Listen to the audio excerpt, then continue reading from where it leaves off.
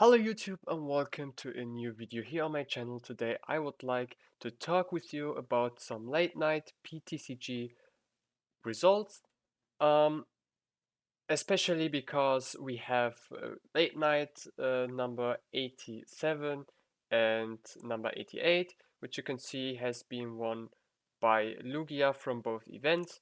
And in number 87 we even had a Lugia mirror match in the finals. This is obviously post-rotation, that's why I wanted to talk about it.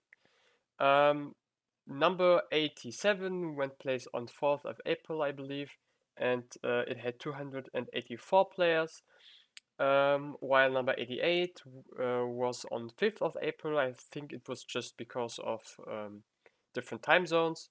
I guess, if I remember correctly, number 87 was an EU and 88 an NA late night event. Correct me if I'm wrong.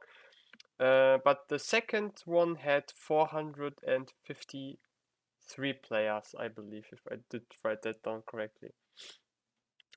And focus would be the first place list.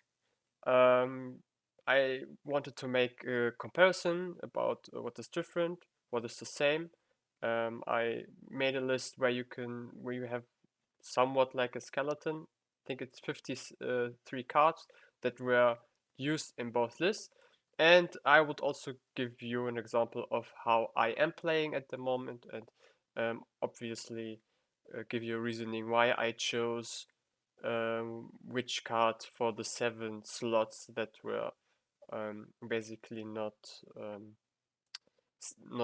the same in both lists. So yeah, as we can see, we have Zach as a Korean player and Roy, a Japanese player, who won these events. So they're, I think they have rotation since January, but I'm not completely sure. So they're a bit more experienced in this format, and yeah, still showed us that Lugia still is one of the best decks in the format, and that people should not underestimate it going into EOIC. Now I'd like to show you the bracket of the top cut. So we see here the winner played versus Lost Box, played versus God of War Mewtwo, and then in finals had the mirror match and won. And yeah, it's funny that both Lugias were the only ones that topped and were able to play each other in the finals because they did not meet before. Also funny, we had a similar top four. Both were God of War Mewtwo playing a Lugia player, and both God of War Mewtwo's unfortunately lost to Lugia. Yeah, but it's interesting to see. God of War Mewtwo also a deck you should consider. Seems to be very strong. Yeah, but Lugia made it through completely to finals and took the event down. Now for the late night number 88, we have Lugia versus Giratina Lost Box, which won, and Lugia versus regular Lost Box, which also won in top 8. So we had a top 4 of Lugia. And theoretically, it was possible that we see another Lugia in finals, but uh, this player seems that he lost to Mute Ganizect, which can happen. It likes to tech a lot versus rulebox decks, especially with Path to the Peak, etc. Mewtwo got God of War, which was the only one in this top 8, made it to top 4, and since it did not meet Lugia but the Mew Ganizect, it was able to make it to the final. So the finals of the number 88 PTCG,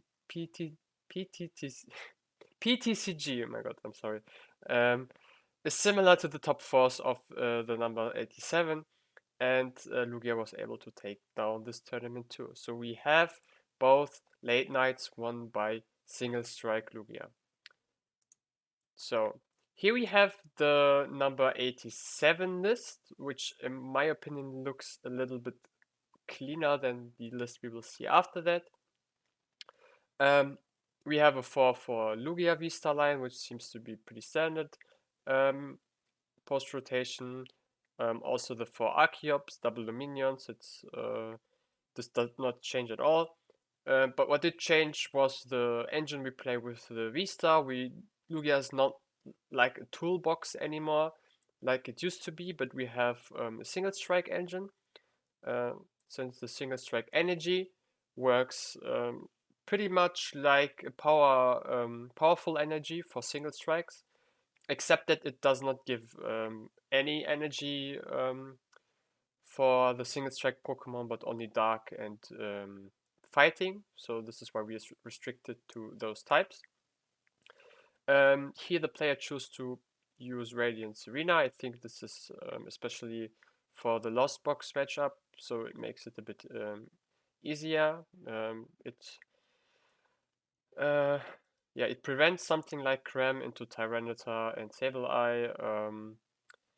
It does prevent Cram into Snorlax, unless the Snorlax does have a choice belt.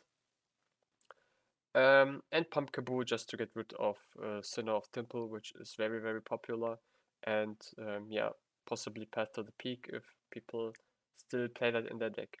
The supporter lineup is very standard. 4 research, 3 bosses, order 2 judge, and 1 Burnett. You will see this in every deck. Also Ultra Ball, Capturing Aroma at 4, and Double Nest Ball. Completely standard. What also is usually standard is Triple Earn, but the other winner did not play that card. And 3 stadiums also seems to be what people are going for. Not everyone is going for Triple Mesagoza. We also see people who go for 2 Mesagoza and 1 Collapse. And I also saw lists that played double Mesagoza, double Collapse. I am not really a fan of Collapse stadiums because I did not figure out when it's really that useful. The best you can do is getting rid of Luminion V and to counter Sinnoh of Temple. Mesagoza is usually used when you already have access to almost everything, because after that you can Lugia V-Star, get rid of it. So you're not giving your opponent a chance to search for something. But when it becomes very tough, you could still try to sneak out the Lugia V if that's the only way you get access to it. For the energy, we have 14 in total, which both player did. For single strike energy, obviously the best energy you have in this deck at the moment. A triple gift, triple double turbo, 2 V-Guard, 2 regenerative. This is actually pretty nice. Very often, if you bench a second Lugia V, you can just evolve depending on what you're playing against. Like, for example, versus Lost Box, you can just evolve the one on the bench, get your Archeopsis out, attack with your active Lugia V, and when he crams, you can just evolve it and heal 100 damage, which is very useful. And even with a double turbo attached, you can still do 110 KOing the cramp. This is pretty neat interaction. Also if you missed the V-Star like on turn 3 to get damage, you can also just attach from hand and evolve to get rid of some damage, etc. Yeah, V-Guard energy is very, very good, especially since you cannot power up your Lugia V-Star. A V-Guard on Lugia V means Lugia V-Star cannot KO that Lugia. The only Pokemon that goes through the V-Guard is Tyranitar V, because you are able to do up to 320 damage. And with that, we will go to the other list, which seems like to be completely different, but it's only 7 cards that are not the same. Which first of all, we see a Lugia V-Star. just at 3. We see no Yveltal, double Tyranitar, but the Stonejourner. And most especially, we see one Radiant Gardevoir instead of the Serena, which I was thinking about a lot, why you would prefer Radiant Gardevoir, and I think the biggest reason why is because having V-Guard on the Lugia V-Star plus Radiant Gardevoir in your bench means that a Tyranitar V with 4 single strike energies is not able to one-hit KO your Lugia V-Star. Since it does at max 320, minus the Gardevoir is 300, and minus the V-Guard is 270. So you are preventing your opponent from one-hit KOing a V-Star with Tyranitar V. Now, this only happens if you Luminion boss and KO, or if your opponent has a Lugia V inactive and you Tempest Dive for KO, since Lugia V-Star itself is not able to one-shot a Tyranitar V. So yeah, and that's at these scenarios, the Radiant Gardevoir is like very useful and much better than its Serena. But the Serena obviously is not for the Lugia mirror match, but for the Lost Box matchup. Also, we see that we have no Yveltal here, which is okay. I can see playing double Tyranitar, but then obviously you don't need to play the Yveltal. Also, just one Stonejourner. This card is very useful against Miraidon. Since you take 3 prizes with a 1 prizer, just boss the regular key VMAX and you can one-shot it pretty easy. Also, Miraidon EX itself and Raikou V are all weak to fighting, but you can only do it once. So a game plan that you have against that deck is, for example, putting all 4 single strike on Tyranitar V, boss VMAX, and then Stonejourner boss the second VMAX. But then you need to get Urn of Vitality to recycle it. So you get around it with playing 2 Stonejourner because 2 plus Gift Energy are enough to KO the VMAX. And you don't worry about drawing into Urn of Vitality at all. On the other side,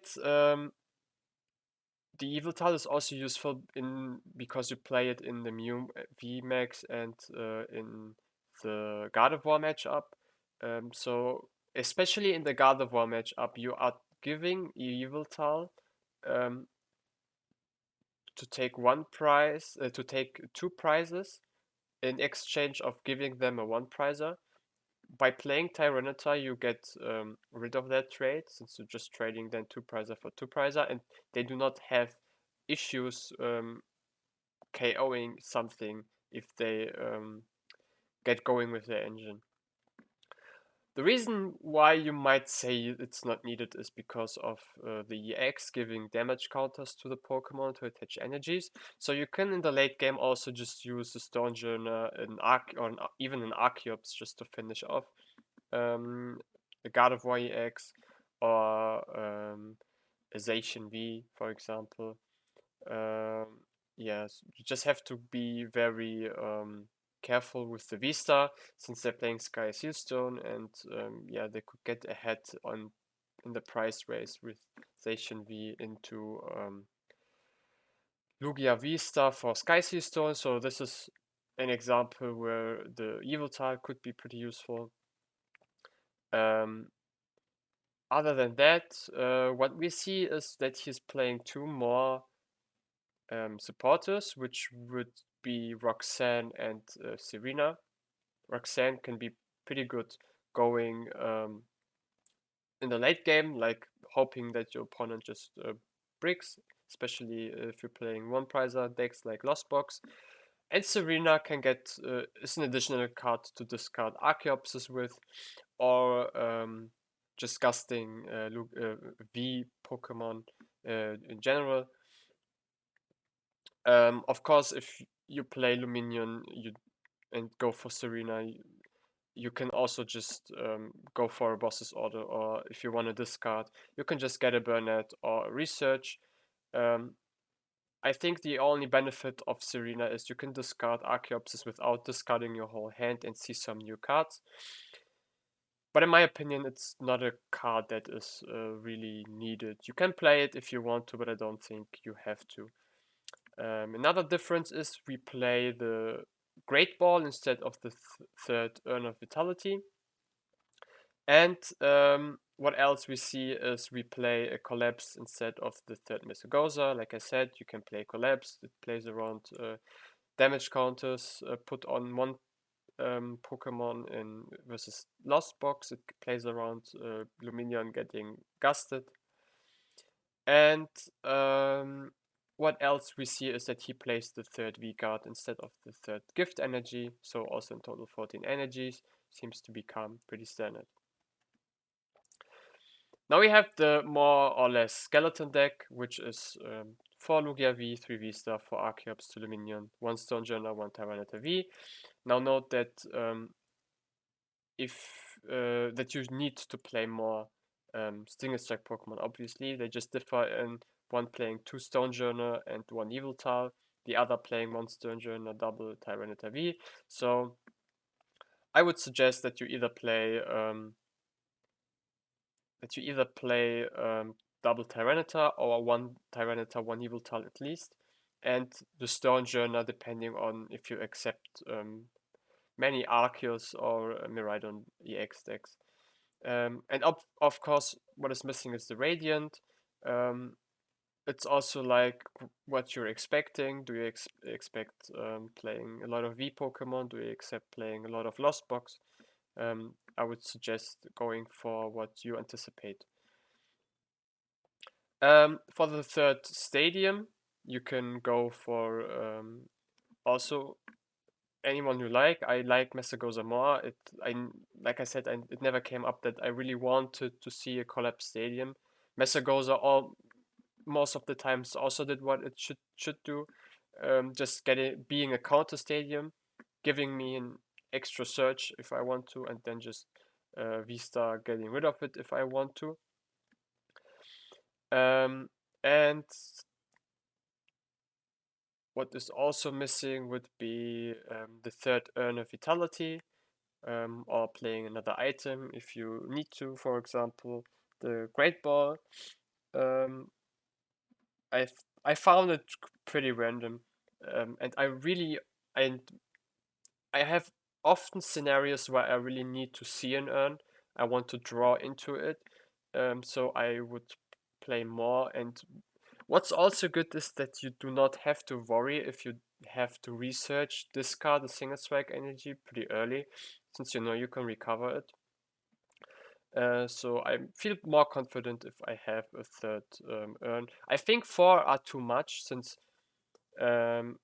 you can't recycle impact energy, just the single strike energy itself. So 3 are more than enough. And I think 2 are also reasonable. It is not wrong to play just 2 instead of 3. And I think that is it. So, like I said, this supporter lineup is what you see in 99% of the decks. The Roxanne and the Serena were on top of them, not instead of any of those. And this is how my list looks at the moment. I was playing double Tyranitar and 1 Stone Journal. I tried this out, and I think that it works out pretty well. You could cut the Yveltal. I'm not sure about if it's really that good or not. I rarely put this on my bench, and I rarely attack with the Yveltal. I just also like having him as a 130 basic Pokemon I can use against Lost Box. Just putting 2 single strike energy, you have 90 HP, get over Sableye, you get over Comfeys, and they can't one-shot it unless they're playing Snorlax or Zamazenta. So that's what happens sometimes, but Stone Journal does the same thing. Luckily, he's not weak to water, so we don't have any issues with Greninja. KOing him on the bench immediately. So yeah, having some single prizes are really useful versus Lost Box, and like I said, um, Serena is also very good to heal up, get rid of some chip damage done by Sableye, done by Cramorant, prevents a turn 3 or turn 4 knockout from the single prizes, so you don't lose the prize trade too fast. And at the moment, I like triple gift more than triple V guard. Gift energy is very important for the early game, especially if you go second and you have a deck that is very aggressive you're playing against. So you can just attach the gift energy, and if your opponent manages to turn 3 KO your Lugia V, you see some additional cards and try to get back into the game as soon as possible. And for the items, playing the third urn, capturing Ultra Ball, Nest Ball are pretty standard, and as a stadium, I'm playing 3 Messagoses at the moment. It could be changing. Um, like I said, if I would see a reason to play the Collapse, I would switch it maybe out, but at the moment, I really do like the list as it is. I will keep going, playing with it on ladder, trying to um, get in as many scenarios as possible to make the best out of the list that I can. And I'm looking forward playing this deck. I really do think this is one of the best decks at the moment, and yeah, I really enjoy it. It's really fun playing. And if you do not want to miss any gameplay or anything similar, feel free to follow me on Twitch and on Twitter. I will also post there if I go live. So feel free to leave a follow. Links are in the description. Thank you so much for being here. I hope you enjoyed a bit of my Lugia post rotation talk, and I hope to see you guys soon. So have a good rest of your day, and